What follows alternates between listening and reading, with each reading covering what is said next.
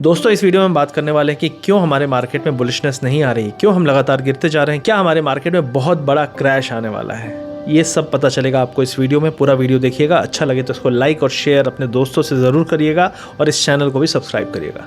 क्यों हमारे मार्केट में वो चार्म और वो तेज़ी नहीं आ पा रही है जो अमेरिका में दिख रही है। अमेरिकन स्टॉक मार्केट ने ऑल टाइम हाई बनाया है, 6500 S&P का लेवल टच किया है कल के दिन, और हमारा मार्केट स्ट्रगल कर रहा है अपने एक एवरेज, अगर आप कहें 200 दिन का जो मूविंग एवरेज होता है, जो एक बेसिक एक मेजर होता है कि उसके ऊपर तो हमें रहना चाहिए। अगर हम बुल मार्केट में हैं, हम उसके ऊपर होल्ड नहीं कर पा रहे, हम उसके ऊपर जाने के लिए कोई ऐसा हमें टॉनिक नहीं मिल पा रहा है कि हम उसके ऊपर सर्वाइव कर पाएँ। तो यहाँ पर कुछ पॉइंट्स मैं बताना चाहूँगा और लास्ट में बताऊँगा अपना जो सारांश है कि यहाँ पे इन्वेस्टर को करना क्या चाहिए, सबसे इंपॉर्टेंट होगा। लेकिन उससे पहले रीज़न बता दूं कि क्या हो रहा है। हो क्या रहा है यहाँ पे कि इंडिया जो है इस समय ग्लोबली फंसा हुआ है दो तीन देशों के बीच में। पहला है चाइना, दूसरा है रशिया, तीसरा है अमेरिका। और जिस तरीके से फंसा हुआ है उसमें वो किसी से दुश्मनी नहीं ले सकता, ओपनली वो लड़ाई नहीं छेड़ सकता, क्योंकि हमारा जो IT है वो अमेरिका से चलता है, जो हमारा ऑयल एंड गैस है वो फुली सपोर्टेड राइट नाउ है, और डिफेंस फुली सपोर्टेड है बाई रशिया। और चाइना से हमारे रोज़मर्रा की हमारा जो इंपोर्ट है चाइना से वो बहुत बड़ा है। मतलब हमारा जो लोकल मार्केट है, अगर हम चाइना से माल लेना बंद कर दें तो हमारा लोकल मार्केट शट डाउन हो जाए। आपको याद होगा जब बीच में लड़ाई वड़ाई का कुछ हल्ला हुआ था तो उस टाइम पे चाइना से हम ये नहीं लेंगे वो नहीं लेंगे, तो उस टाइम पे अचानक से स्पेयर पार्ट्स मार्केट में बहुत ज़्यादा टेंशन आ गई थी कि यार ये स्पेयर पार्ट्स नहीं मिल रहे, लैपटॉप किसी का ख़राब है तो उसमें 15 दिन 20 दिन 2 महीने लग रहे हैं। तो बहुत सारी रिस्ट्रिक्शन जब आती हैं तो प्रॉब्लम होता है किसी भी इन तीनों देशों के अगेंस्ट। और राइट नाउ हमारा जो ऑयल सप्लाई है वो बहुत बड़ा निर्भर कर रहा है रशिया पे। अब यहाँ पे एक लड़ाई चल रही है कि क्या पूरा का पूरा ऑयल जो हम ले रहे हैं रशिया से, क्या उसका बेनिफिट पास ऑन हो रहा है।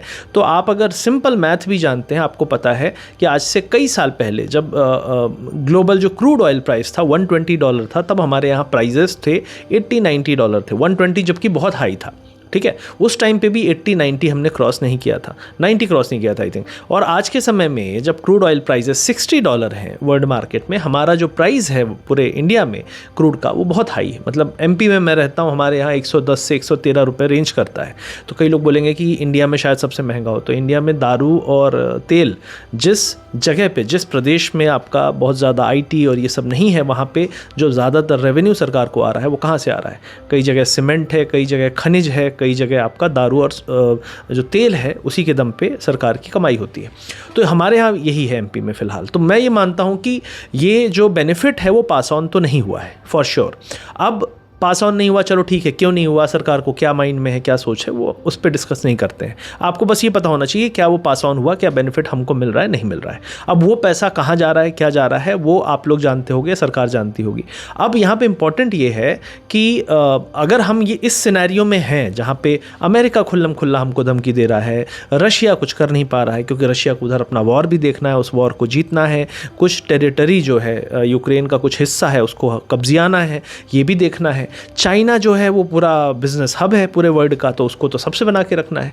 आप देखो ट्रंप इस बार चाइना के प्रति स्पेशली बहुत नरम है, जबकि चाइना भी रशिया से तेल लेता है, हम भी रशिया से तेल लेते हैं। क्यों नहीं बोलता कि चाइना फंड कर रहा है यूक्रेन का वॉर, बोल तक एक शब्द नहीं बोल रहा, और इंडिया के अगेंस्ट पूरा ऑल आउट जा रहा है। उसका कारण बताता हूँ। उसका कारण है कि इंडिया पे जो वहाँ की टेक कंपनीज़ हैं सबसे ज़्यादा निर्भर करती हैं, एक कह सकते हो बैक ऑफिस। और बैक ऑफिस के सिर्फ इंडिया के अलावा बहुत सारे सेंटर्स पिछले 5 से 10 साल में बने हैं। इंडिया हमेशा से पुराना है और इंडिया मतलब एक तरह से मोर डिपेंडेबल माना जाता है अमेरिकन कंपनीज़ के लिए। लेकिन ऐसा नहीं है कि इंडिया एक लौता मार्केट है जहाँ पे चीप मैन पावर है और जहाँ पे IT सपोर्ट सर्विसेज के लिए लोग इंग्लिश स्पीकिंग उन्हें नहीं मिलेंगे। देयर आर मेनी कंट्रीज़ जहाँ पे ये चीज़ें मिल सकती हैं। तो अब ये टेंशन हमारे साथ हो गई है कि अमेरिका, और ये भी है उसके साथ कि भाई अमेरिका में जॉब लाना है तो थोड़ी भी हाई एंड जॉब इंडिया में नहीं आना चाहिए। आपको बता दूं बहुत सारी कंपनीज़ ने आज से 5 साल 8 साल पहले, क्योंकि मैं जिस कंपनी में काम करता था वो यूरोप की थी, तो उसने भी R&D सेंटर यहाँ खोला था। आपको पता होगा GE करके कंपनी है, उसने R&D सेंटर इंडिया में खोल रखा है। लेकिन ये कह रहा है कि R&D से हाई एंड जॉब, तो हाई एंड जॉब बाहर नहीं जाना चाहिए। आपको पता है अमेरिका में बहुत सारे इंडियन जो हैं जाते हैं, पढ़ते हैं, डिग्री लेते हैं और वहाँ पे उन्हीं कंपनियों का हाई एंड जॉब करते हैं, तो वो ठीक है उसके लिए, लेकिन यहाँ पे नहीं होना चाहिए। तो ये सब चीज़ें हैं। तो अगर हाई एंड जॉब नहीं होगा तो आपको पता है जो बिलिंग होती है हम लोग आईटी में जब काम करते हैं बिलिंग होती है आपकी पर आवर। तो बिलिंग जो आवर्स हैं आपके, एक कोई डिप्लोमा है, कोई इंजीनियर है, कोई आपका एमबीए है, उस सबके रेट्स अलग होते हैं। तो जो बिलिंग है आपकी बिल्कुल चीप मैन पावर वाली होगी, तो आपको पैसा कहाँ से मिलेगा? तो आईटी कंपनीज जब हर तरह का काम करती है तब जाके वो अपना मार्जिन बना पाती है। तो आईटी कंपनी बहुत टेंशन में है, और उसके साथ ही साथ आपका यहाँ पे मेटल पे डिपेंडेंसी है आपका चाइना का, आपका आर्म्स जो है आर्म एम्यूनिशन का जो डिपेंडेंसी है रशिया पे है, तेल का डिपेंडेंसी है।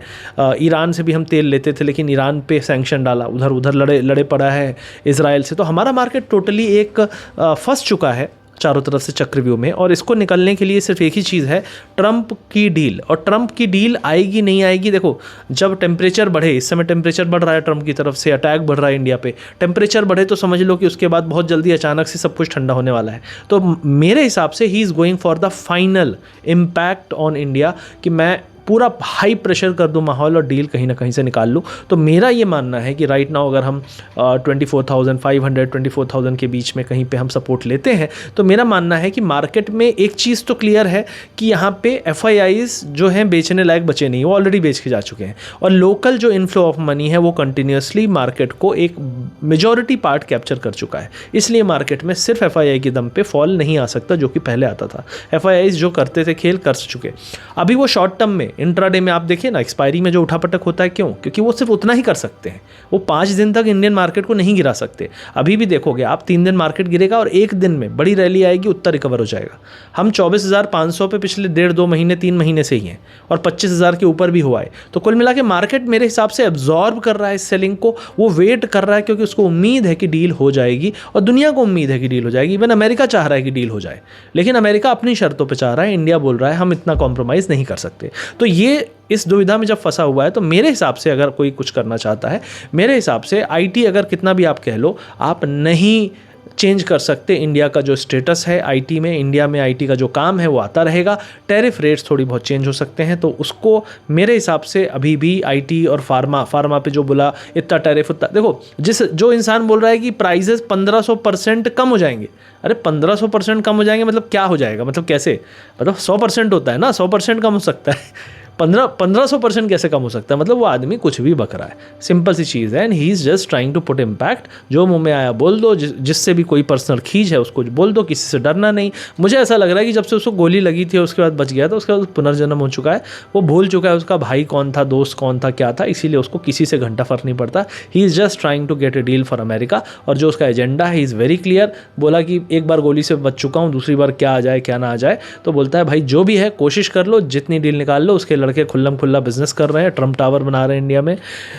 कुछ नहीं कर सकते हम लोग, सिर्फ एक ही चीज़ कर सकते हैं, इंतज़ार। तो मेरा मानना है right now Indian market is not very weak. Indian market हर दूसरे दिन 2 दिन के फॉल के बाद अपना एक सपोर्ट लेने की कोशिश कर रहा है। डेटा वाइज जो हम देखते हैं FII का शॉर्ट टर्म डेटा और ओवरऑल जो फंड इनफ्लोज हैं वो कम नहीं हो रहे हैं, थोड़ा बहुत कम हुए हैं। तो ये दिखाता है कि मार्केट में लिक्विडिटी जो इनसाइडर लिक्विडिटी है, अंदर की जो इंडिया की लिक्विडिटी है, that is still very strong to hold the market. बाहर वाली आएगी तो हम उठ जाएंगे, अगर वो नहीं भी आई तो हम ज़्यादा नहीं गिरेंगे, ये मार्केट कह रहा है। तो फिलहाल के लिए जो मैंने बताया कि IT sector looks good, pharma sector looks good, metal is also good. लेकिन अगर अगले साल रिसेशन आएगा, क्योंकि रेट कट्स की बातें हो रही हैं, टैरिफ के कारण स्लो डाउन्स हो सकते हैं, चीज़ें हो सकती हैं, तो अगर ये सब होता है तो मेटल पे इम्पैक्ट हो सकता है, आईटी पे भी इम्पैक्ट हो सकता है डेफिनेटली, क्योंकि लेकिन आईटी कंपनीज अपने मार्जिन्स को मेंटेन कर लेती हैं। मेटल में ज़्यादा बीटिंग होती है, लेकिन चाइना अच्छा कर रहा है, अमेरिका अच्छा कर रहा है, क्योंकि अमेरिका अच्छा कर रहा है, और ट्रम्प के राज में अमेरिकन मार्केट सिर्फ कोविड के टाइम पे ही गिरा था, अदरवाइज़ कोई बहुत बड़े फॉल नहीं आए थे। 5%, 8%, 10% से ज़्यादा बड़े फॉल आए ही नहीं। जैसे अभी उसके आते ही उसने खुद का जो फॉल आया बहुत बुरा, जिसमें बहुत सारी कंपनीज 40% गिरी, वैसा फॉल कोविड में नहीं आने वाला था अगर कोविड बहुत नॉर्मल बीमारी होती। तो मैं ये कहना चाहता हूँ कि मार्केट में बहुत ज़्यादा लिक्विडिटी है और ईजी मनी रहेगी ट्रम्प के दौरान अगले 1-2 साल। तो ईजी मनी मार्केट को ज़्यादा गिरने नहीं देगी और बाहर का पैसा अंदर आएगा, वो भी संभालेगा।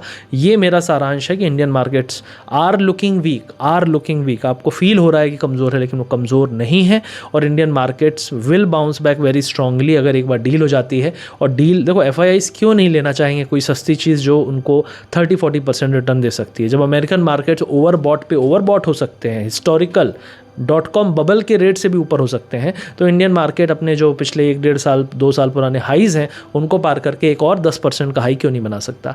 और इसी होप के साथ लेट्स होप कि ये डील हो जाए। आई होप आपको वीडियो अच्छा लगा हो, आई होप आपको पर्सपेक्टिव समझ में आया होगा, और आई होप आपको ये भी मिल गया होगा गाइड की क्या करना चाहिए आपको फ़िलहाल ना डरते हुए अपना एलोकेशन बढ़ाना चाहिए विथ व्यू कि अगले 1 से 1.5 साल कितनी भी डिप आएगी तो 5 to 10% से ज़्यादा डिप नहीं आएगी, और डिप के बाद जो बाउंस बैक होंगे वो स्ट्रॉन्ग होंगे। यही मेरा व्यू था। वीडियो अच्छा लगा तो इसको लाइक करिए, शेयर करिए अपने हर उस इन्वेस्टिंग ग्रुप में जहाँ पे लोग डरे हुए हैं, और उन लोगों को बताइए कि ये एक व्यू है जो हम समझ रहे हैं। और अगर आपको अच्छा लगा लाइक करिए, शेयर करिए, और मिलते हैं अगले वीडियो में। Thank you very much.